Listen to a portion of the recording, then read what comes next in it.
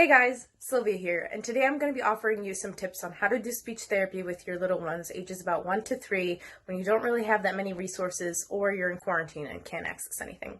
First things first, the floor is your friend. I've done many a therapy session here on the floor. It's sort of a level playing field. They're so close to the ground all the time. It just makes sense for them to be down here, especially if you don't have access to a little table and chairs, or if they're a little bit too rambunctious to be seated for too long. I would just recommend the rule with this is that they have to be stable as possible. So if that means sitting on your lap with their feet on the ground and you stabilizing them using your torso and manipulating objects around them, that works. If not, if they happen to be a little bit too small to sit on the floor, or if they happen to be low tone, they need to be seated in a high chair with their hips supported, back supported, and head supported.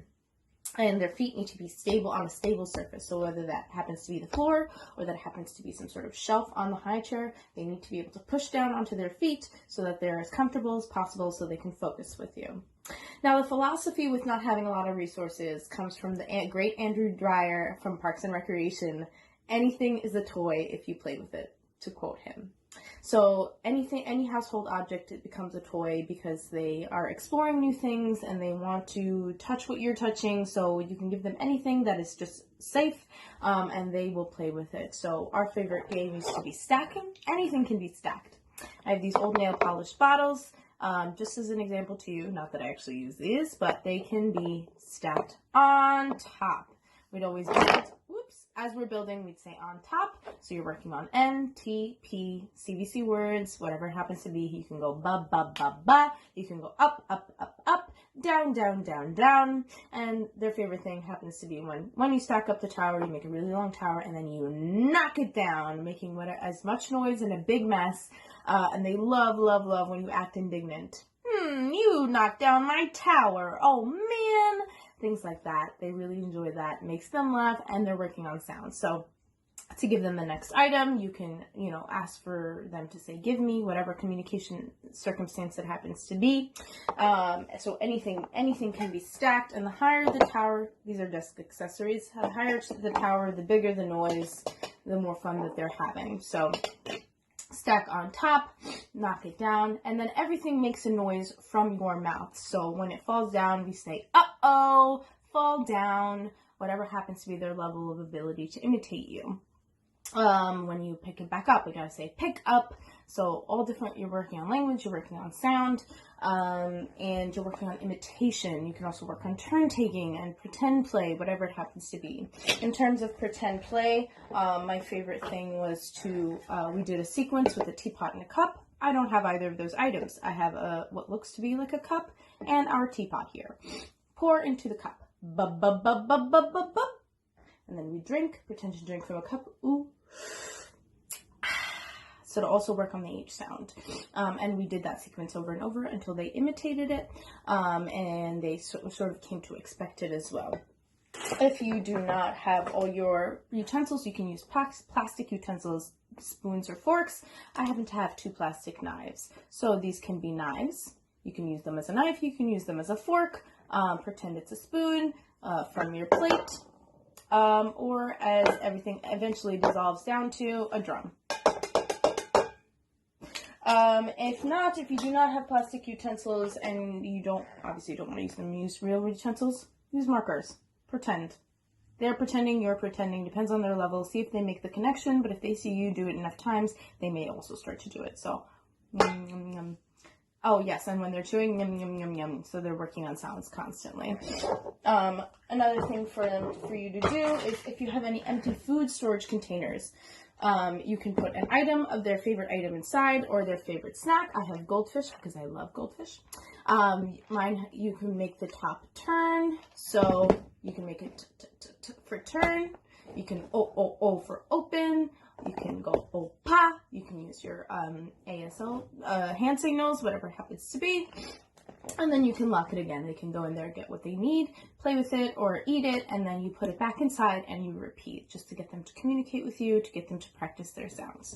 The really big winners for me came from dollar store purchases, this one being a huge, huge fan favorite. This is an alphabet that pops out, and it's made of felt, and it's a little bit textured over here, and on the back side, it's very smooth. Now, your focus with this is not really literacy. Your focus is just sounds with actions. So they love to manipulate the alphabet puzzle, but it didn't really matter what sounds they were making to me. I just wanted them to work on sounds, especially since the majority of them didn't have any sounds. So we were working on that. So they can imitate you. We can put them partially into the puzzle and go bah!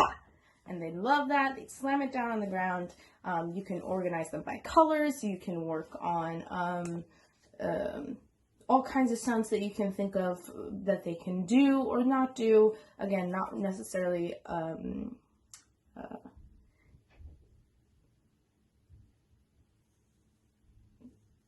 putting the sounds together with each letter. That doesn't matter, just as long as they're imitating you and making sounds, and it's an activity for them to do. You can also do so with animal puzzles. That works similarly, but if you don't have that, you can do, animal puppets, whatever you might have. And also, one of the games that I discovered was really, really fun for them to work on breath control, and the H sound came from accidentally putting things up on a surface like this and blowing it over. They seem to enjoy that a lot. You can also use scrunched up toilet paper. Regular paper might be a little bit too hard for them, especially if their breath control is not sufficient enough, but anything that will lightly blow over as soon as you just blow on it.